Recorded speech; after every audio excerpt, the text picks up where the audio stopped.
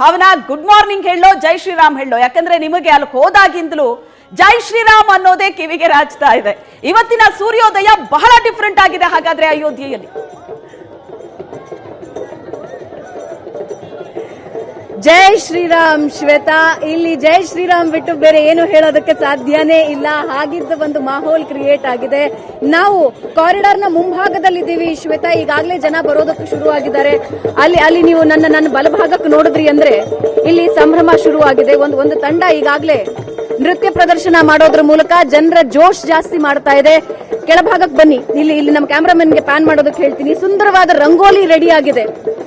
ರಾಮಲಲ್ಲಾನನ್ನ welcome ಮಾಡ್ತಾ ಇದೆ ರಂಗೋಲಿ. ಬಣ್ಣ ಬಣ್ಣಗಳಿಂದ ಭಕ್ತಿಯಿಂದ ನಾವು ನಿಮ್ಮನ್ನ ನಮ್ಮ ಮನೆಗೆ ಕರೆದುಕೊಳ್ತಾ ಇದ್ದೀವಿ ರಾಮ ಅಂತ ಇಡೀ ಅಯೋಧ್ಯ ಹೇಳೋದಕ್ಕೆ ಈ ಬಣ್ಣ ಬಣ್ಣದ ರಂಗೋಲಿ ಒಂದು ದ್ಯೋತಕ ಅಂತ ಅನ್ಸುತ್ತೆ. ನೀವು ಮೇಲ್ಭಾಗದಲ್ಲಿ ನೋಡಿದ್ರಿ ಅಂದ್ರೆ ಟ್ರಸ್ಟ್ ನ ವತಿಯಿಂದ ಭಕ್ತರಿಗೆ ಸ್ವಾಗತ ಕೋರ್ತಾ ಬಹಳ ಸುಂದರವಾಗಿ ಹೂಗಳಿಂದ ಅಲಂಕಾರ ಮಾಡಿದ್ದಾರೆ.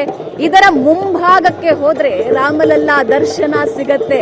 ಇಡೀ ಅಯೋಧ್ಯೆ, ಇಡೀ ದೇಶ ಕಾಯ್ತಾ ಇರೋ ಕ್ಷಣ ಇದು ಶ್ವೇತಾ. ನಾವೀಗಾಗಲೇ ಬಹಳಷ್ಟು ಬಾರಿ ನ್ಯೂಸ್ ನಲ್ಲಿ ಹೇಳಿದ್ದೀವಿ ಶತಮಾನಗಳ ಹೋರಾಟ ಹೇಗಿತ್ತು ಅಂತ. ಅಯೋಧ್ಯೆಯ ಇತಿಹಾಸ ನೋಡೋದಾದ್ರೆ ಶ್ವೇತಾ, ಇಲ್ಲಿ ರಾಜರು ಹೊಡೆದಾಟ ಮಾಡಲಿಲ್ಲ, ರಾಜರು ಹೋರಾಟ ಮಾಡಲಿಲ್ಲ ಅಯೋಧ್ಯೆಯನ್ನ ಉಳಿಸ್ಕೊಳ್ಬೇಕು ಅಂತ. ರಾಜರ ಜೊತೆಗೆ ಸಾಧು ಸಂತರು ನಿಂತ್ಕೊಂಡ್ರು, ಆಯುಧಗಳನ್ನ ಹಿಡ್ಕೊಂಡು.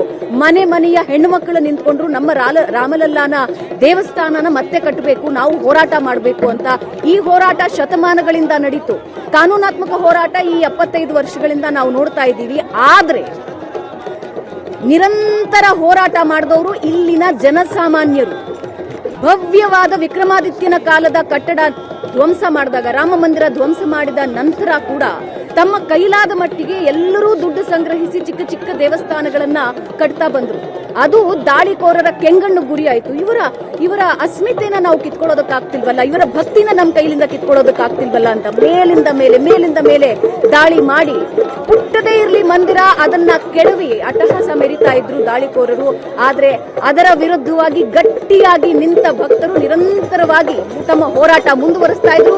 ನಿರಂತರ ದೇವಸ್ಥಾನ ನಿರ್ಮಾಣ ಆಗ್ತಾನೆ ಇತ್ತು. ಒಂದು ಮೂಲದ ಪ್ರಕಾರ ಶ್ವೇತಾ 74 ಬಾರಿ ಅಯೋಧ್ಯ ಮೇಲೆ ನಿರಂತರ ದಾಳಿ ಆಯಿತು. ಆದ್ರೆ ಮರು ನಿರ್ಮಾಣ ಆಗ್ತಾನೆ ಇತ್ತು. ಇದೆಲ್ಲದರ ಹೊರತಾಗಿಯೂ ಕೂಡ ಒಂದು ಕಾನೂನಾತ್ಮಕ ಹೋರಾಟದ ನಂತರ ಭವ್ಯ ರಾಮ ಮಂದಿರ ರೆಡಿ ಆಗಿದೆ.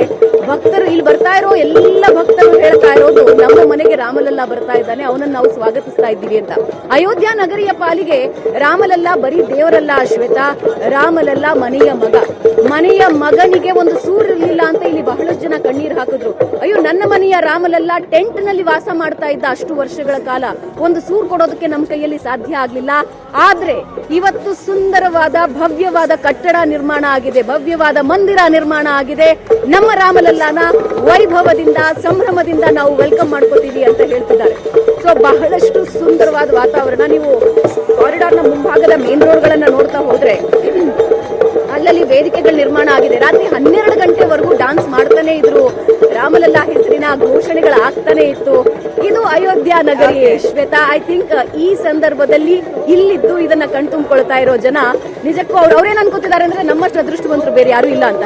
ಇಲ್ಲಿ ಬಂದಂತ ವಾಲಂಟಿಯರ್ಸ್ ನಾನು ಕೆಲವೇ ನಿಮಿಷಗಳ ಮುಂಚೆ ಮಾತಾಡಿಸಿದೆ ಅಂತ ಅನಿಸ್ತಾ ಇದೆ ನಮಗೆ ಕಳೆದ ಜನ್ಮದಲ್ಲಿ. ಹಾಗಾಗಿನೇ ಇವತ್ತು ಪ್ರಾಣ ಪ್ರತಿಷ್ಠಾಪನೆಗೆ ನಾವು ವಾಲಂಟಿಯರ್ಸ್ ಆಗಿ ಒಳಗೆ ಹೋಗೋ ಅದೃಷ್ಟ ನಮಗೆ ಸಿಕ್ತು ಅಂತಿದ್ದಾರೆ. ಆ ರೀತಿ ಖುಷಿ ವ್ಯಕ್ತಪಡಿಸ್ತಾ ಇದ್ದಾರೆ ಶ್ವೇತಾ. ಯಾವ ರೀತಿ ವಾತಾವರಣ ಇದೆ ಅನ್ನೋದನ್ನ ನೀವೀಗ ನೋಡ್ತಾ ಇದ್ದೀರಾ. ಟೈಟ್ ಸೆಕ್ಯೂರಿಟಿಯ ಮಧ್ಯೆಯೂ ಕೂಡ ಜನ ಸಾಗರ ಇದೆ. ಅಯೋಧ್ಯ ನಗರಿಗೆ ಬರಬೇಡಿ ಸದ್ಯಕ್ಕೆ, ಪ್ರಾಣ ಪ್ರತಿಷ್ಠಾಪನೆಯ ನಂತರ ನಿಮಗೆ ಸಾರ್ವಜನಿಕ ದರ್ಶನಕ್ಕೆ ಅವಕಾಶ ಇರುತ್ತೆ ಅಂತ ಹೇಳ್ತಾನೆ ಬರ್ತಾ ಇದೆ ಸರ್ಕಾರಗಳು ಕೂಡ. ಕೆಲವೊಂದು ಬಸ್ಗಳನ್ನ ಅಲ್ಲೇ ತಡೆ ಹಿಡಿದಿದ್ದಾರೆ. ಆದ್ರೆ ಅಯೋಧ್ಯ ನಗರಿಗೆ ಒಂದು ಸಲ ಬಂದು ನಿಂತು ನೋಡಿದ್ರೆ ಜನ ಹೆಂಗಿದ್ದಾರೆ, ಹೇಗ್ ಬರ್ತಾ ಇದ್ದಾರೆ. 7 ಕಿಲೋಮೀಟರ್ 8 ಕಿಲೋಮೀಟರ್ 9 ಕಿಲೋಮೀಟರ್ ಅಲ್ಲೇ ಸ್ಟಾಪ್ ಮಾಡಿದ್ದಾರೆ ಭದ್ರತೆಯ ಕಾರಣದಿಂದ. ಅಲ್ಲಿಂದ ವಾಕ್ ಬರ್ತಾ ಇದ್ದಾರೆ, ನಡ್ಕೊಂಡು ಬರ್ತಾ ಇದ್ದಾರೆ, ರಾಮನಾಮ ಜಪ ಮಾಡ್ಕೊಂಡು ಬರ್ತಾ ಇದ್ದಾರೆ ಶ್ವೇತಾ. ಎಸ್, ರಾಮ ಮಂದಿರ ನಿರ್ಮಾಣದ ಕನಸು ಕಂಡವರು ಬಹಳ ಜನ ಶ್ವೇತಾ. ಬಹಳ ತಲೆಮಾರುಗಳು ಅಳಿಸ್ಕೋಗಿವೆ. ನಾನೀಗಾಗ್ಲೇ ಹೇಳಿದೆ, ಸಾಧು ಸಂತರು ನಿಂತ್ಕೊಂಡ್ರು, ನಮ್ಮ ರಾಮಲಲ್ಲಾ ಮೂರ್ತಿಯನ್ನ ನಾವು ಉಳಿಸ್ಕೊಳ್ತೀವಿ, ಮಂದಿರನ ಉಳಿಸ್ಕೊಳ್ತೀವಿ ಅಂತ.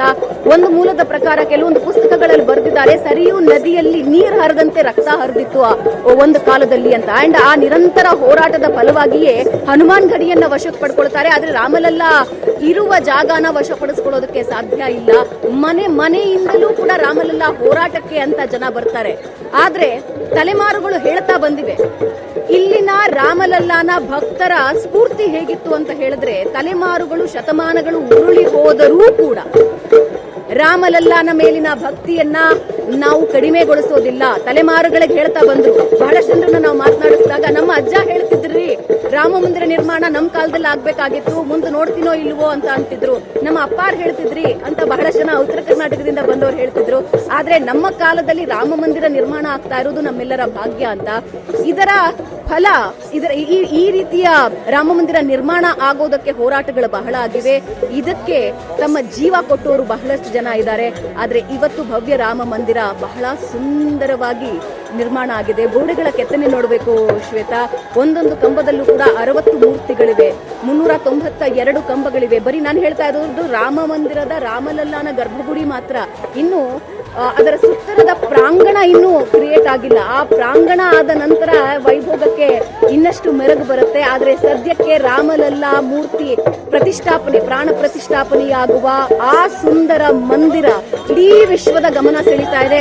ಶ್ವೇತಾ, ಈಗಾಗಲೇ ನಾವು ಬಹಳಷ್ಟು ದೇಶಗಳಲ್ಲಿರೋರನ್ನ ಮಾತನಾಡಿಸ್ತಾ ಇದ್ವಿ. ಮೊನ್ನೆ ನಾನು ಬಹರೇನ್ಗೆ ಹೋದಾಗ ಅಲ್ಲಿನ ಜನ ಹೇಳ್ತಾ ಇದ್ರು, ಅಯೋಧ್ಯೆಗೆ ಹೋಗ್ತಾ ಇದ್ದೀರಾ ನೀವು ಅದೃಷ್ಟವಂತರು ಬಿಡಿ ಅಂತ. ಅಂದ್ರೆ ರಾಮನ ಭಕ್ತಿ ಮನಸ್ಸಿನ ಆಳದಲ್ಲಿ ಯಾವ ರೀತಿ ಹೊಕ್ಕಿದೆ ಅನ್ನೋದು ಗೊತ್ತಾಗುತ್ತೆ. US ಅಲ್ಲಿ ಅಲ್ಲಲ್ಲಿ LED ಗಳನ್ನ ಹಾಕಿ ಅಲ್ಲೇ ನೇರ ಪ್ರಸಾರ ಮಾಡೋದಕ್ಕೆ ವ್ಯವಸ್ಥೆ ಮಾಡಲಾಗ್ತಾ ಇದೆ. ಹೀಗೆ ಬೇರೆ ಬೇರೆ ದೇಶಗಳಲ್ಲಿ LED ವ್ಯವಸ್ಥೆನ ಮಾಡಿ ರಾಮಲಲ್ಲಾ ಪ್ರಾಣ ಪ್ರತಿಷ್ಠಾಪನೆಯ ಲೈವ್ ನೋಡೋದಕ್ಕೆ ಅವಕಾಶ ಮಾಡಿಕೊಡ್ತಾ ಇದ್ದಾರೆ. ರಾಮ ಅನ್ನೋದು ಕೇವಲ ಭಕ್ತಿ ಅಲ್ಲ, ಅದೊಂದು ಶಕ್ತಿ ಅಂತ ಅನ್ಸುತ್ತೆ ಶ್ವೇತಾ. ಆ ಶಕ್ತಿ ಜನರ ಮನಸ್ಸಿನ ಆಳದಲ್ಲಿ ಇರೋದ್ರಿಂದಲೇ 5 ಶತಮಾನಗಳ ನಂತರ ಒಂದು ಭವ್ಯ ಮಂದಿರ ನಿರ್ಮಾಣ ಆಗ್ತಾ ಇದೆ. 6000 ವರ್ಷಗಳ ಹಿಂದೆ ರಾಮ ರಾಜ್ಯ ಇತ್ತು ಅನ್ನೋದರ ಪರಿಕಲ್ಪನೆ ಇದೆಯಲ್ಲ, ಅದು ಹಿಂಗಿದ್ದೇ ರಾಮರಾಜ್ಯ ಇತ್ತು ಅನ್ನೋ ಪರಿಕಲ್ಪನೆ ಇದೆಯಲ್ಲ, ಅದು ಜನರ ನಾಡಿ ಮಿಡಿತದಲ್ಲಿ ಬೆರೆತು ಹೋಗಿರೋದ್ರಿಂದಲೇ ನಾಗರಿಕತೆ ಅಳಿಸುವ ನಿರಂತರ ಪ್ರಯತ್ನ ಆದರೂ ಕೂಡ ಮತ್ತೆ ಪುಟಿದೇಳೋ ಶಕ್ತಿಯನ್ನ ಅದು ನೀಡಿದೆ ಅಂತ ಅನ್ಸುತ್ತೆ ಶ್ವೇತಾ. ಇಲ್ಲಿ ಬಹಳಷ್ಟು ಜನ ಭಕ್ತರನ್ನ ನಾವು ಮಾತಾಡಿಸಿದ್ವಿ ಶ್ವೇತಾ. ಬಹಳಷ್ಟು ಜನ ಮಾತನಾಡಿಸ್ತಾ ಅವ್ರು ಕೇಳಿದ್ವಿ, ರಾಮ ಮಂದಿರ ಪ್ರಾಣ ಪ್ರತಿಷ್ಠಾಪನೆ ಆಗ್ತಾ ಇದೆ, ನಿಮಗೆ ಹೇಗ್ ಅನಿಸ್ತಾ ಇದೆ? ಒಂದಷ್ಟು ಪಾಲಿಟಿಕ್ಸ್ ಎಲ್ಲ ನಡೀತಿದೆಯಲ್ಲ, ನಿಮ್ಗೆ ಏನ್ ಅನಿಸ್ತಿಲ್ವಾ ಅಂತ. ಅಯ್ಯೋ, ಪಾಲಿಟಿಕ್ಸ್ ಮಾಡೋರು ಮಾಡ್ತಾ ಇರ್ರಿ, ಆದ್ರೆ ಮೋದಿ ಅವರ ನೇತೃತ್ವದಲ್ಲಿ ಪ್ರಾಣ ಪ್ರತಿಷ್ಠಾಪನೆ ಆಗ್ತಾ ಇದೆ. ಇಷ್ಟು ವರ್ಷಗಳ ಕನಸು ನಿಜ ಆಗ್ತಾ ಇದೆ. ಇದಕ್ಕಿಂತ ಇನ್ನೇನಾದ್ರೂ ಬೇಕಾ? ಟೆಂಟ್ ನಲ್ಲಿ ಇಟ್ಟಿದ್ವಿ ನಮ್ ರಾಮನ್ನ, ಆದ್ರೆ ಇವತ್ತು ರಾಮ ಮಂದಿರ ನಿರ್ಮಾಣ ಆಗ್ತಾ ಇದೆ. ಇದಕ್ಕಿಂತ ಅದು ಬೇಕಾ? ಅದರ ನೇತೃತ್ವ ಮೋದಿ ವಹಿಸಿಕೊಂಡಿದ್ದಾರೆ ಅಂದ್ರೆ ಅದಕ್ಕಿಂತ ಸಂಭ್ರಮ ಬೇಕಾ? ಸಿಎಂ ಯೋಗಿ ಆದಿತ್ಯರಾಜ್ ಸುಂದರವಾದ ವ್ಯವಸ್ಥೆನ ಮಾಡಿದ್ದಾರೆ, ಇದಕ್ಕಿಂತ ಅದೃಷ್ಟ ಬೇಕಾ ಅಂತ ಹೇಳ್ತಾ ಇದ್ದಾರೆ. 10:30 ಸುಮಾರಿಗೆ ಪ್ರಧಾನಿ ಮೋದಿ ಬಂದು ಇಳಿತಾರೆ ಅಯೋಧ್ಯೆಗೆ ಶ್ವೇತಾ. 10:55 ಸುಮಾರಿಗೆ ರಾಮ ಮಂದಿರಕ್ಕೆ ಅವರು ಬರ್ತಾರೆ. ಆ ಸುಂದರ ಕ್ಷಣಕ್ಕೆ ಇಡೀ ಜನ ಕಾಯ್ತಾ ಇದ್ದಾರೆ. ನಿನ್ನೆಯೂ ಕೂಡ ನಾನ್ ಬರ್ತಾ ಇದ್ದ ಫ್ಲೈಟ್ ಅಲ್ಲೂ ಕೂಡ ಬಹಳ ಮಂದಿ ಗಣ್ಯರು ಅದೇ ಫ್ಲೈಟ್ ನಲ್ಲಿ ಟ್ರಾವೆಲ್ ಮಾಡಿ ಅಯೋಧ್ಯೆಗೆ ಬಂದ್ರು. ಕೇಂದ್ರ ಸಚಿವರು ಬಂದಿದ್ರು. ಎಲ್ಲರೂ ಒಬ್ಬೊಬ್ಬರಾಗಿ ಬರ್ತಾ ಇದ್ದಾರೆ. ಬಾಲಿವುಡ್ ನ ದಂಡ್ ಇರುತ್ತೆ. ಅಮಿತಾಬ್ ಬಚ್ಚನ್ ಬರ್ತಾರೆ, ಸಚಿನ್ ತೆಂಡೂಲ್ಕರ್ ಬರ್ತಾರೆ. ಹಾಗೆ ದಿಗ್ಗಜರಿಗೆ, 100 ದಿಗ್ಗಜರಿಗೆ ಇನ್ವಿಟೇಷನ್ಸ್ ಇದೆ. ಆದ್ರೆ ಶ್ವೇತಾ, ಇನ್ನೊಂದು ಗಮನ ಹರಿಸಬೇಕಾಗಿರೋ ವಿಷಯ ಏನಂದ್ರೆ, ಭದ್ರತೆನ ಕೂಡ ಅದೇ ನಿಟ್ಟಿನಲ್ಲಿ ಮಾಡಿದ್ದಾರೆ. ನಾನು ಈಗಾಗಲೇ ಹೇಳಿದೆ ನಿಮ್ಗೆ, 6-7 ಕಿಲೋಮೀಟರ್ ಇಂದ ನಡ್ಕೊಂಡು ಬರ್ತಾ ಇದ್ದಾರೆ ಅಂತ. ಯಾಕಂದ್ರೆ 6-7 ಕಿಲೋಮೀಟರ್ಗಳ ದೂರದಲ್ಲೇ ಅಲ್ಲಿ ಸ್ಟಾಪ್ ಮಾಡ್ತಾ ಇದ್ದಾರೆ, ಅಲ್ಲಿನ ವೆಹಿಕಲ್ಸ್ ನ ಸ್ಟಾಪ್ ಮಾಡ್ತಾ ಇದ್ದಾರೆ. ಕೇವಲ ಪಾಸ್ ಇದ್ದವರಿಗೆ ಮಾತ್ರ ಒಳಗೆ ಬರೋದಕ್ಕೆ, ವಾಹನದ ಮೂಲಕ ಅಂದ್ರೆ ವೆಹಿಕಲ್ಸ್ ಮೂಲಕ ಬರೋದಕ್ಕೆ ಅವಕಾಶ ಇರುತ್ತೆ. ಅದನ್ನು ಹೊರತುಪಡಿಸಿದ್ರೆ ಕೇವಲ ವಿಐಪಿಗಳಿಗೆ ಮಾತ್ರ ಈ ರೋಡ್ ನಲ್ಲಿ ಟ್ರಾವೆಲ್ ಮಾಡೋದಕ್ಕೆ ಅವಕಾಶ ಇದೆ. ಅದ್ಭುತವಾದ ಭದ್ರತೆ ಶ್ವೇತಾ. ಅಯೋಧ್ಯೆಯಂತಹ ಚಿಕ್ಕ ನಗರಿ ಇವತ್ತು ರಾಮರಾಜ್ಯ ನೋಡ್ತಾ ಇದೆ ಅಂತ ಅನ್ಸುತ್ತೆ. ರಾಮರಾಜ್ಯ ಅಂದ್ರೆ ಯಾವ ರೀತಿಯಲ್ಲಿ ಅಂದ್ರೆ, ಇಲ್ಲಿ ಜನಜನಿತವಾಗಿ ಒಂದು ಹಾಡಿದೆ, ರಾಮ ಆಯಂಗೆ ಆಯಂಗೆ ರಾಮ ಆಯಂಗೆ ಮೇರೆ ಝೋಪಡಿಕೆ ಭಾಗ ಖುಲ್ ಜಾಯಂಗೆ ಅಂತ. ಅಂದ್ರೆ ರಾಮ ಬಂದೇ ಬರ್ತಾನೆ, ನನ್ನ ಮನೆಯ ಭಾಗ್ಯ ಬೆಳಗುತ್ತೆ ಅಂತ. ಈ ವಿಷಯದಲ್ಲಿ ಮಾತಾಡೋದಾದ್ರೆ ಹೌದು, ಅಯೋಧ್ಯೆಯ ಭಾಗ್ಯ ಬೆಳಗಿದೆ. ರಸ್ತೆಗಳು, ದೊಡ್ಡ ದೊಡ್ಡ ರಸ್ತೆಗಳು ನಿರ್ಮಾಣ ಆಗಿದೆ, ಫ್ಲೈಓವರ್ಗಳು ನಿರ್ಮಾಣ ಆಗಿದೆ, ಏರ್ಪೋರ್ಟ್ ನಿರ್ಮಾಣ ಆಗಿದೆ, ರೈಲ್ವೆ ನಿಲ್ದಾಣ ನಿರ್ಮಾಣ ಆಗಿದೆ, ವ್ಯವಹಾರಗಳು ಜೋರಾಗಿ ನಡೀತಾ ಇದೆ, ಅಲ್ಲಲ್ಲಿ ಹೋಟೆಲ್ಗಳ ನಿರ್ಮಾಣ ಆಗಿದೆ. ಸೊ ಇವೆಲ್ಲ ನೋಡ್ತಾ ಇದ್ರೆ ಅಯೋಧ್ಯೆಯಲ್ಲೋ ಇರೋ ಹಿರಿಕರಿಗೆ ಒಂದು ಕನ್ಫ್ಯೂಷನ್ ಇದೆ, ಏನಾಗ್ತಾ ಇದೆಯೋ ನಮ್ಮ ಅಯೋಧ್ಯೆಯಲ್ಲಿ ಅಂತ. ಆದ್ರೆ ಹೊಸಬರಿಗೆ ಅನ್ನಿಸ್ತಾ ಇದೆ, ಅಂದ್ರೆ ಯೂತ್ ಅನ್ನಿಸ್ತಾ ಇದೆ, ಇಲ್ಲಿ ನಮಗೆ ಬದುಕೋದಕ್ಕೆ ಅವಕಾಶ ಹೆಚ್ಚು ಕಂಡು ಬರ್ತಾ ಇದೆ, ಇಲ್ಲಿ ವ್ಯಾಪಾರಕ್ಕೆ ಹೆಚ್ಚು ಅವಕಾಶ ಇದೆ, ಅಯೋಧ್ಯೆ ಈಗ ಅಭಿವೃದ್ಧಿ ಆಗ್ತಾ ಇದೆ ಅನ್ನೋ ಫೀಲಿಂಗ್ ನಲ್ಲಿ ಯೂತ್ ಇದೆ ಶ್ವೇತಾ.